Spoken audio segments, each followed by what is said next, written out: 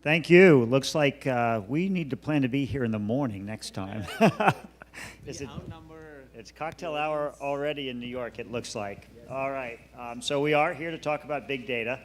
The panel is going to explore big data and how it's currently used on mobile, challenges and opportunities engaging users, personalization, and creative optimization. We've got a great panel here, agencies and infrastructure alike. Why don't I introduce myself first? AdMobius is a mobile AMP. We help media buyers and sellers identify users, and then we help them build profiles behind those users so that they can better target their buys to the right audience to get the right reactions.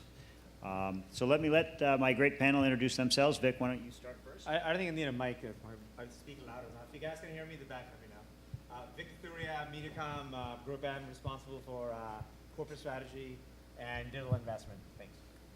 So Victor Milligan, the CMO of Nexage. We're a premium mobile exchange. First to launch RTB and mobile private exchange and trying to craft and shape programmatic so it's a vibrant part of the way mobile advertising works. LJ Kobe with Ignited here in New York, Group Media Director. I lead the office here in New York. We have a lot of entertainment clients with NBC Cable as well as Clinique. I'm Michael Liu. I lead mobile strategy and planning for Macy's, as well as lead the mobile reinvention team across Carat US. Hi, I'm Joe Kehoe. I'm a digital strategist at the Burnett. Work on mobile, social, all sorts of campaigns. Okay, great. Okay, so clearly there's a lot of work ahead of us in leveraging the enormous stores of data available in the mobile ad chain. And with our panelists, we'll be looking at some of the different perspectives and validating the importance of this mobile data. There are lots of challenges and complexities. We've talked about lack of cookies all day long. The lack of standardization in ad formats has come up a few times. And the role that we should be playing in helping the brands understand how they fill that gap with time spent versus revenue spent on advertising. So Vic and Victor, maybe you could chime in on this as well. The Xaxis platform and others like it are playing a more critical role than ever in the buying process for media teams and their clients. As such, you represent the interests of many brands that have their own first-party data. These brands also use traditional cookie-based data from online and offline aggregators. It's tough to use this data in mobile. It's tougher to stitch mobile-specific data together in meaningful ways. How do you do that? Who should own this data, and who should keep this data? Thanks. So as you mentioned, sort of focus on Group M and WPP being the largest global media buyer in the world. Our audience buying platform happens to be Xaxis. And to answer your question, actually, that's one of the fundamental reasons why we focused on being the only holding company out there, right? That sort of created their own tech and then built sort of an audience buying platform from scratch. Because the key, again, is control, is centralization, is making sure you have sort of one consistent cookie which allows you to track the entire life cycle of the consumer across multiple platforms, as opposed to the increasing fragmentation that exists out there. So our focus and premise always has been is sort of consolidation along with collaboration. So we absolutely work with best-in-class vendors across the board. But again, the focus here always been on simplifying the process as opposed to overcomplicating it. We've all seen the Luma landscape, just keeps increasingly neat. I think this point will become an eye chart, maybe what it was 2 years ago. And then on top of that, when you talk about trying to simplify, I'm sure everyone here sort of saw Google's announcement on Friday, which was sort of interesting, again, it's pure speculation at this point, but obviously from where we sit, we would be concerned if, we would allow publishers now out there or tech players to start sort of setting the standard on, having one cookie. I mean, the last thing people want is, for Google to have one, then Amazon to have one, then Apple to have one. Again, the goal, remember, is simplify and standardization with focus and privacy, which is really all about, right? So the last thing you want to do is sort of confuse the customer and literally have multiple standards. That's what we're trying to get away from. So that's, I guess, the premise of sort of getting to the holy grail of attribution. That's when the money really starts to flow. And it all starts with sort of standardization and attribution for us. So John Montgomery was on a panel a little bit while ago, and he, I think, represents the media side of your business, right? Correct. And so John was talking about the need for an AMP. You guys need to own an AMP. Would Xaxis agree with that? Or should the media agencies? I think, honestly, at the end of the day, Xaxis is a sum of the media agencies, absolutely. So it really is a true joint WPP effort. So absolutely, because our goal is, the intelligent application of scale, and that starts with using data first and foremost. And we feel that's the best we can do via attribution, which starts again with the single cookie, and therefore having Xaxis as our audience sort of management platform makes a whole lot of sense. So what about the brands who have their own first-party data? That's great. We have tons of brands that already have first-party data, right? The goal is to use sort of second and third-party data along with that and focus on optimization, frequency capping, deduping, and that's the whole focus. The moment you have multiple either cookie standards or multiple attribution platform, well, guess what? It's all of a sudden there's no way you can sort of optimize across multiple channels or multiple publishers, right? So that's the whole premise all along, is to have a single tracking sort of methodology, especially in mobile, right? Which makes sense and which eventually allows us to attribute. Because once we get to the holy grail of attribution, and we've all known in mobile there isn't a cookie, right? We've already known that, right? So whether it's fingerprinting, again, you need to be really careful with privacy as a foremost concern, right? But then again, there are lots of other device ID methods out there that are being used. So it's just semantics, whether it's fingerprinting or something as how you track. But our foremost concern is around privacy and then figuring out collectively as an industry, how do we solve for it? I think until we get to that point, I think, unfortunately, it'll still stay, as far as we're concerned, in terms of getting the necessary money in terms of what you see in terms of mobile attention. We've all seen the Mary Meeker chart. Attention was the dollar ad spend. Unfortunately, it's not getting there anytime soon until we solve for the attribution as well as tracking. Right. Yeah, and I think part of the challenge in the conversation is it always starts with starting with online as the baseline, the precedent. And I think in mobile organically, as Vic says, does not have a cookie. But that doesn't make mobile over time less, sort of maybe today, but not over time. In fact, arguably, because mobile's solving it absent a cookie, and a little bit to what Vic was saying in terms of developing identifiers that are usable by the DSPs or DMPs or agencies or whomever, so that they can do linking and they can create their own methods of creating targeting and retargeting solutions. So I think we need to stop the conversation of, gosh, this is not like online because, and start the conversation of, how are we going to do it in mobile? And what's good about that is that conversation is well underway. And in online, there's a precedent. In mobile, there's a precedent. And the precedent in mobile is to do it through the exchange.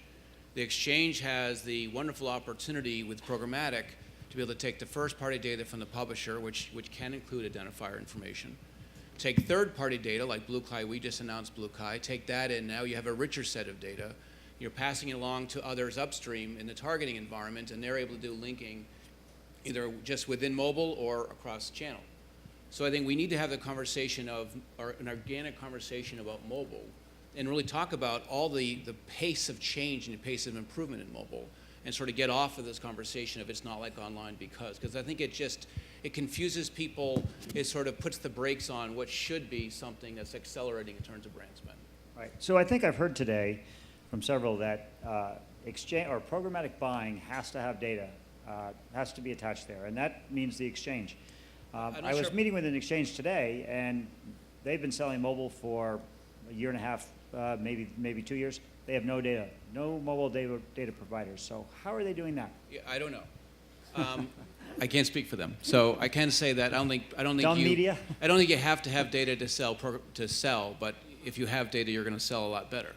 I think, I can speak for Nexage. We committed very early on in our trajectory to be recognizing that data is a currency. And a little bit to why, Apple and Google are doing what they're doing is mobile is a commodity. You want to be able to have a stake in that commodity. And they're going to be resistant to a standard that takes away their stake. So we should expect different people to want to do their own thing, to own their own data. But in terms of data and programmatic, those aren't really those sort of more independent variables. From a Nexage perspective, we combine them through Nexage Connect because we do believe programmatic has an amplification value in terms of data. We're able to easily integrate first and third party data and move it upstream. To Victor's point, I think you have to be really careful because I'm sure there are sort of, to your point, publishers or exchanges out there actually working without data. And again, I'm stunned by that fact because what that does actually is this, and correct me if I'm wrong, last thing you want to do is go down the slippery slope of relentless commoditization. You've already headed there, and guess what this is going to do? It's going to accelerate the velocity. Right. So why would you want that as an industry? Just think about that for a second. The goal is to learn from display, right? And move upstream. Why would you go the other way? Yeah, I'm not sure where I know there's a spring event and there's going to be a summer event of Mobile Summit, but let's pretend it's the spring of next year.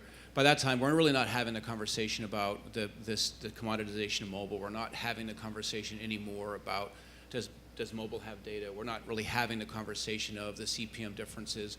What we're really having a conversation of is the business value associated with being able to reach consumers as they behave across their day. That's the conversation we should be having. Mobile is intrinsic. We have a mobile consumer out there. It's a dominant channel right now in terms of preference for the way people consume content. And we need to have that conversation. And you're right, which is if you start going in and taking data out of the stream, you're taking a fundamental value away from yourself and others that are participating. Well, let's hope that happens in 6 months. It'll be the fastest thing that's happened to mobile yet. We're going fast, baby. All right, let's shift to creative a little bit. There's a lot of talk about data and creative optimization working together. LG, let me have you lead this off. We've learned agencies take different approaches in terms of how they apply data to media plans. Some of them are analyzing campaign historical data and then optimizing at that point. Others are optimizing mid-campaign as they go along. So buy wide, narrow it down. What's your thought on that? What are best practices there? Yeah, I think for us, we look at data throughout the entire planning process. So it's important for us to understand how a consumer is engaging with different platforms, and this is beyond mobile, because we do need to look at the multi-channel behaviors so that we know how they interact together. And that really informs our strategic approach to how should we be messaging to each of the consumers, what do they want to be messaged with, and at what points during their day. It's not one of those kind of spray and pray. We want to be pretty specific in how we're going about reaching that consumer and with what types of creative. So in going, we try to be very strategic with that part of the data. And then as we really launch campaigns, we're looking at different types of data, whether it's video completion rates or click-through rates. Are we really driving traffic? And in some cases, we are able to get some brand awareness and brand tracking studies, but it's really difficult because the sample sizes are hard to get in the mobile space. So that's really a piece where we're trying to push the envelope. Our specific clients in the entertainment space, our flights are so short. It's really hard to optimize when you're only in market for a couple of weeks. But for some of our longer term campaigns, we are doing those optimizations, looking at different types of behavioral targets and TV viewing behaviors that we can apply through the mobile space, and really capturing people both when they're watching TV, trying to kind of roadblock when they're making those decisions, and knowing that they have their phones in their lap as they're trying to watch TV in the afternoons and the evenings, and capitalizing on those pieces. So all the way through, and then kind of that post-campaign analysis and taking those learnings into the next campaign. So I think for us, data is really important when you have such an emerging channel and one that is so important and so personal to the consumer, that we have to make sure that we do it right, and are continuing to iterate on that. Yeah, I totally agree with everything you just said. So you have to definitely go in with a strategy and be able to be flexible in the afterwards to optimize towards the best creative. So if you take a look at big data, there's, if you sequence it out, there's historical, you have current intent, and then you have predictive analytics. But then you have to also take into account factors that you can't control, like weather, but you can plan for them. For example, like for our Home Depot over at Carat, say that, it's raining here in New York City. And so you're served an ad with the recommendation of, hey, how about you have a project indoors with your kids? Where in Jersey, maybe 10 miles away, it's sunny and bright, and it's saying, hey, how about you do a project and paint your porch outside? So it's really important to link these data points together to creatively optimize, the right message at the right time. And do you work closely with your media partners on that, or is that something done by the agency alone? It's, Are the you tools work there for that? partnership with everybody, yeah. And you can see the value of being real time, a little bit to your point on weather, which is these are real time phenomenon, and if you can move your creatives at that pace, your relevance, your contextual relevance is so much higher. Their desire for the consumer to engage is so much higher. Because you asked me about the relationship between programmatic and data, and core in that relationship is being able to operate in real time. And in the creative space, you really have to plan towards it, right? So the data allows you to see what it's calling for and what the situation, what the context of is for that particular consumer. So it allows you to actually take what you plan and serve it for the right time. Any privacy risk in targeting by individual user, or are you targeting broadly? In other words, tying things to an ID, or or a different optimization? So for weather, for my example of weather, I don't think there's any privacy concerns. Because I mean, if it's raining outside or if it's snowing outside, I want to be served an ad for a snowblower. I don't want to be served an ad for, a beach kit, at Home Depot to buy an umbrella for, a beach getaway. Or maybe that might be even better, right? No, but to your point, Victor, we've had that. I mean, sort of fundamentally, our sort of view is obviously privacy is a huge concern. So if you make shows anonymized, if you have PIIs, right? So the exact same, making shows anonymized, whether it's device agnostic or geo, or in certain cases lat long. I mean, those we're fine with, but outside of that, you got to be, again, that's where we ask those questions, like how exactly are you targeting? I mean, the same thing comes up with cross-screen attribution, right? I've seen a couple of guys out there, like I think TapAd or Drawbridge, are trying to do a decent job. But it's the same question. We're very, very thorough in how we ask. Help us understand how exactly are you serving and what are you tracking, and especially in terms of targeting, because again, it's very, very important to us. Yeah. Absolutely, absolutely. Joe, here's a question that you probably have some insight into. We know advertisers like to be at the forefront of cultural trends. Trends steer advertisers and ultimately their spend. How do you think we can use mobile data to get in front of cultural trends? And what demands might arise from both agencies and media companies and providers along those to get that done? I mean, I think one of the things about that is that we can use that data to help us inform the creative a little bit better in terms of what the consumer is looking for, what they're watching, what they're reading, what they're listening to. With Twitter's recent purchase, Bluefin Labs now, they've been able to figure out who they can target with advertising based on what they think you're watching on TV, so brands can take advantage of that opportunity to serve up an ad. So the Emmys were on last night. You saw a star's hairstyle. What a brand could do, like a hair product brand or something like that, they could actually put out tips on how to achieve the same look of the star on the red carpet, along with the necessary products necessary to achieve that look. So they could generate a commercial and then target those people on Twitter with a promoted tweet or a promoted trend, and then show you the star's hairdo, what products she used, and like a video of how to do it. So that's one of the ways they can take advantage of that data. And I think a couple P&G brands have recently been doing that the old-fashioned way, but now with like Bluefins and Twitter and Nielsen, you can figure out what they're watching and then serve up creative that's complementary to the experience, or find new ways for them to participate with the brand at hand that's complementary as well. I think some of the problems for agencies is sometimes this comes at you real time, and with brands and agencies and creatives and legal teams, you have to get something out in 1 to 2 hours, and you'll notice that it takes you 2 days to get a piece of creative out, and you've already missed the opportunity. Actually, has a great point about when you said Emmys and Twitter. So we did the exact same thing. So last night we created this original piece of branded content around for Audi with Claire Danes, and I'm sure you're familiar with her. And so it was this amazing sort of real-time optimization as well as messaging strategy that we use. And literally, for the past, I think over the entire weekend, we had a whole sort of message center with Twitter and Audi team, and it was in real time you could see, and I mean, net was amazing amount of social media results, retweets across the board. And it was, again, to your point about really we use Nielsen, we use Twitter, we had a weekend strategy, and we literally had a prearranged library of creatives, and depending on, out of these 10, we knew which one to focus on push. So again, as long as you have a well thought out plan with legally approved creatives set to go, and we did it and just kicked ass. So it was really good. You also need some media flexibility there as well. If you see something that's trending really hard, you're gonna have to steal media dollars from somewhere else to put into like promoted tweet, or maybe even promoting someone else's content out there. And then oftentimes there isn't that flexibility in the media plans, or there's not that flexibility with the client. It's like it's already pre-bought, and you need like, hey, I need 20,000 now. I want to promote that. So you need a little flexibility as well there.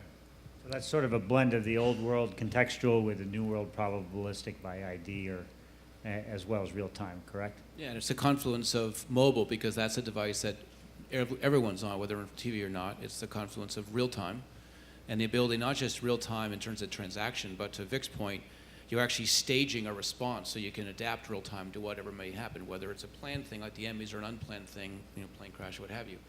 And then the third thing is programmatic, because you need to have the technology to operate on your behalf. People can't move that fast. There has to be some method that you've built into the technology and intelligence, the decisioning, that allows the staging to take place. So you ingest the data, you target accordingly, and you now are taking full advantage of, whether it be a meme or an event or whatever it might be, you're in front of that, or in pace with that, which is extraordinary value in advertising, and really talks to the value of mobile advertising.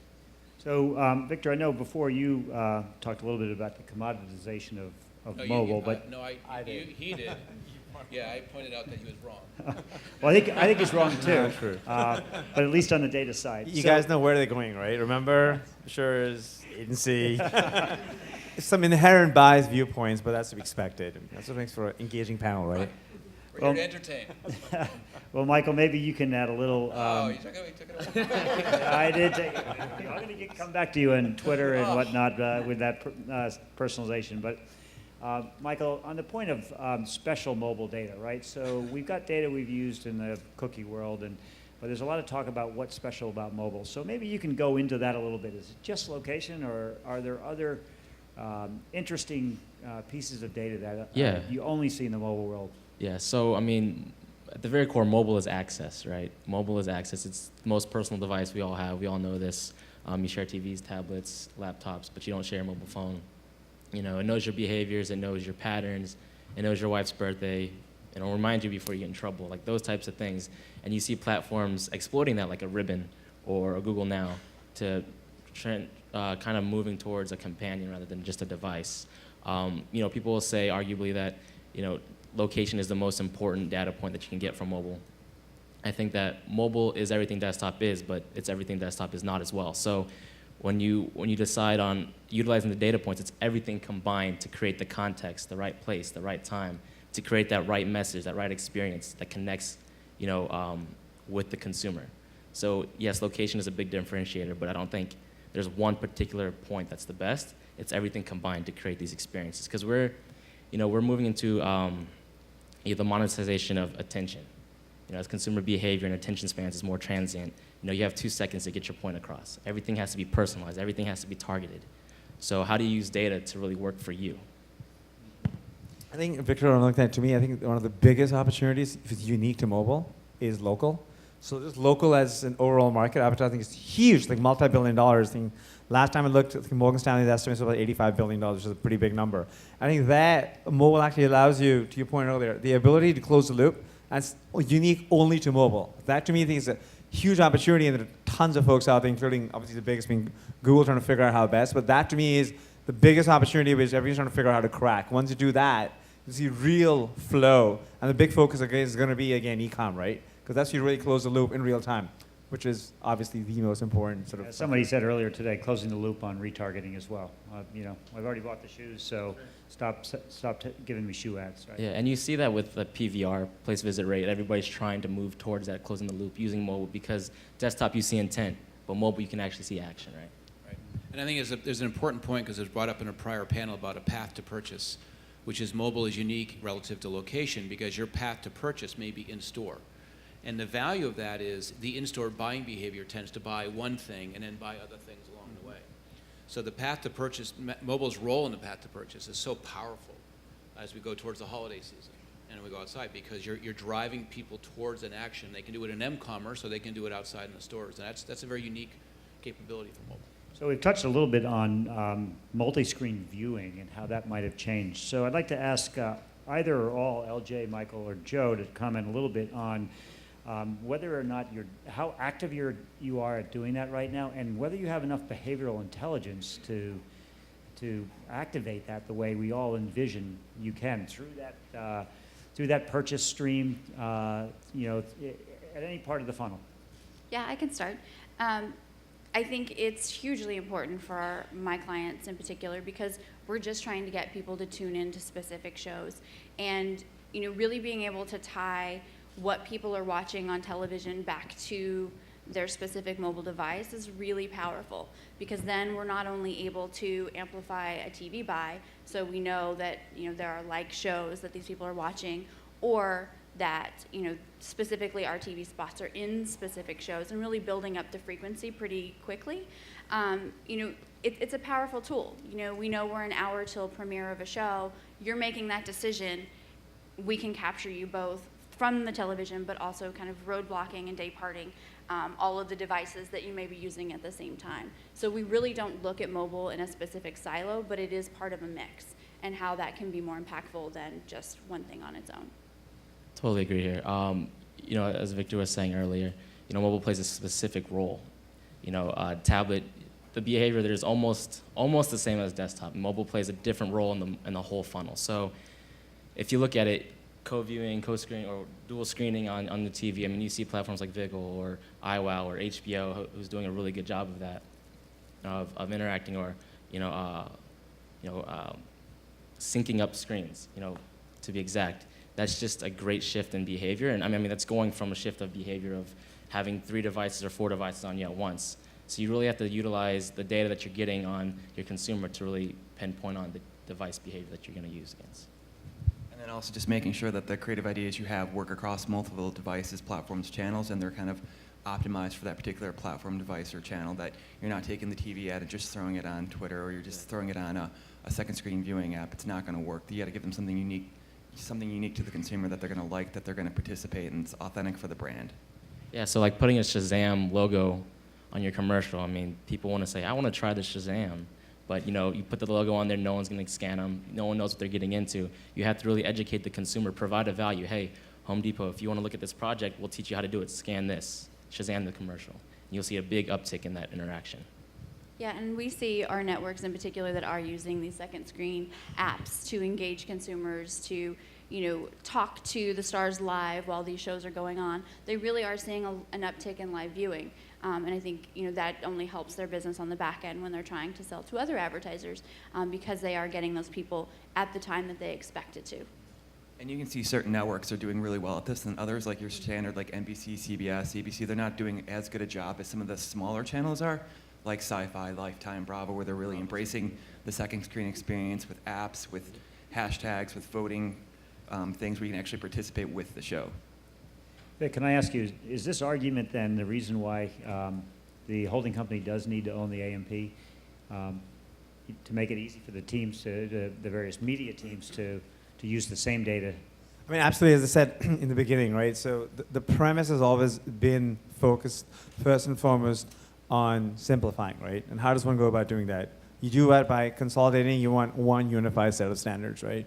So on the same, given it's a whole new sort of focus now in terms of mobile as a strategy, which we need to integrate with other forms of media, it's so important to have a simplified, unified, not only strategy, but unified data center where you're preventing data leakage, you're making sure the processes are simplified, the standards are set across multiple opcos, again, because it's just impossible dealing with multiple vendors and tech, right? It's just, I mean, to some degree, don't get me wrong, we absolutely consider those that provide real value, and we will absolutely work and integrate them. But there's just so much of a Me Too tech out there, so it's very important to be able to sift through. And as centralized, and that's the role where a group as Access plays, working with them closely to identify best practices, what makes sense where, as opposed to, I feel bad sometimes given just the amount of focus that the media teams already have on strategic planning, client relationships. The last thing you hear are 50 other ad techs, go figure it out, and see which one works. And imagine 20 different teams in one opco learning the same lesson. That's tremendously inefficient, right? Why would you want that? If you can have in-house experts, they can do that for a living. So again, that sort of makes a lot of sense to us. Yeah, tough job for you. There was a recent big event that I'm sure we've all followed, Twitter and MoPub coming together, right? Victor? No? Nope. Okay. Registered. All right. So in essence, it's an exchange with an individual publisher with an enormous amount of mobile and personal data. So I'd like to ask the whole panel their thoughts on that. Well, I'll start. First off, if you listen closely to the acquisition and the pre-IPO, 3 things come to the fore, and it's sort of the things we've been talking about on this panel, which is the extraordinary value of mobile. You have to be in mobile because that's where the consumer is. The second one is the extraordinary value of programmatic. You simply have to have technology working on your behalf in an intelligent manner so you can do what Vic was talking about or what you were talking about with the weather. That has to be a core ingredient of anyone participating in digital advertising. And the third is the extraordinary power of data and the idea that different people will own pieces of that data value chain. For our perspective, we thought it was a loud and enthusiastic, sponsorship of all those items, and it's great for the industry. It's a great boost for the industry, and it serves to take us, further along our path. Okay, so we've got a few minutes left. We've got more questions or things to discuss, but let me just see if there are any questions out there so that you have a fair shot at this team. If you could just, can you speak up? Otherwise I can run down to you with the microphone. So working for a group out company, we work to integrate our data with Access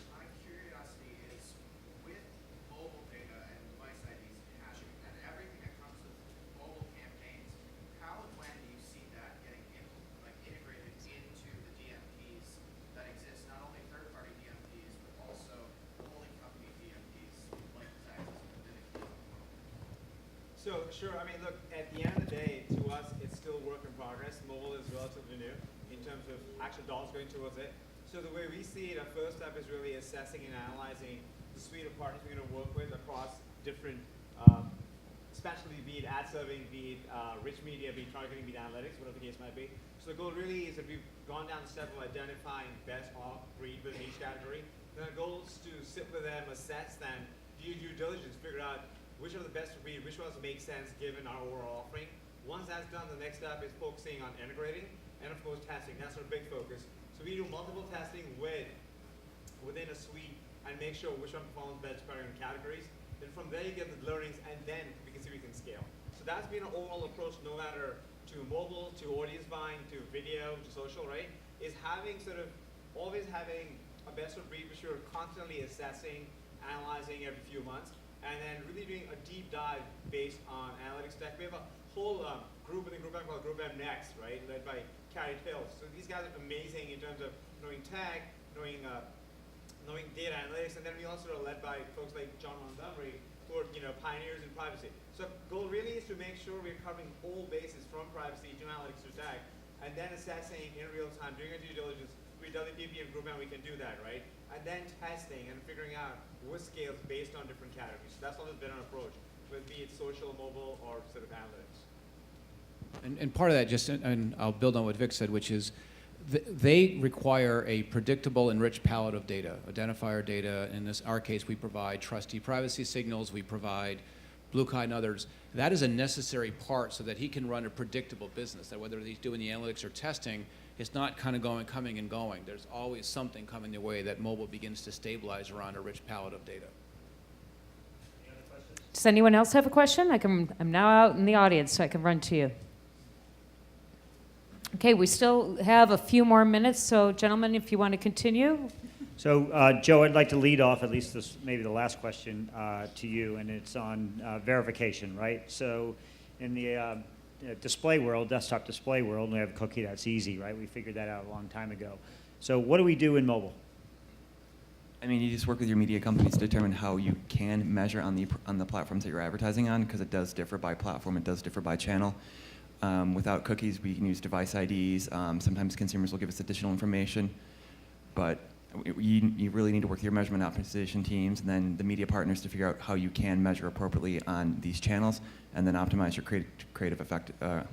optimize your creative moving forward. So, do you feel your agency has the technology platform to verify by device ID? Everyone says they do, and then when you ask them to present it to you, it kind of falls apart in the presentation. Because you start poking holes in it like Swiss cheese, and there's plenty of holes at the end of the meeting. Well, thank you. That's enhanced for our sort of Group M's sort of approach, right? To your point, there's a lot of can do, and everyone's clean. Yep. It's almost like table stakes saying, can you do viewability? Sure, we can do that. Like, we can do that, right? But once you start digging in and asking the right questions and taking the next steps. So, and then hence, the earlier approach about you probably need a core group of people who are really good at doing that, as opposed to subjecting actual client teams to it is unfair, right? Yeah. Why would you do that? So that, again, I think it validates the rationale for that approach. You have to do it, right? Yeah, you have to do it, and it's just not there yet. We have to get there. We need it. Yeah, so I think we're talking about trust. So that's something that everybody has a difficult time with. Does anyone else want to chime in on that? On trust? Yeah. Sure.